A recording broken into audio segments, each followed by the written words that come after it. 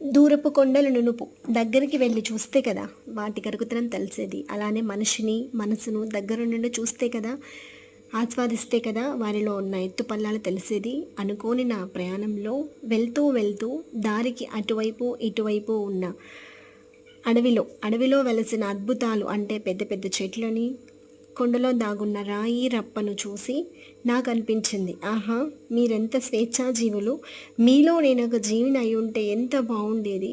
జీవం లేకపోయినా మీరెంత ఆనందమయులు, ఒక బాధ లేదు, రేపటి గురించి ఏ చింత లేక మా ఈ జన ప్రాణానికి స్వచ్ఛమైన గాలిని మంచి ప్రకృతిని అందిస్తున్న మీరెంత స్వల్పానందులు అని అనిపించింది.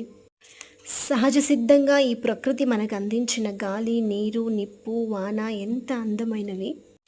ఈ ప్రకృతిని అనుసరించి నా సొంత వాక్యాలలో నేను చెప్పిన ఈ మాటలు ఎవరికి ఎంత అర్థం కావాలో అంత వెతుక్కోండి. Thank you.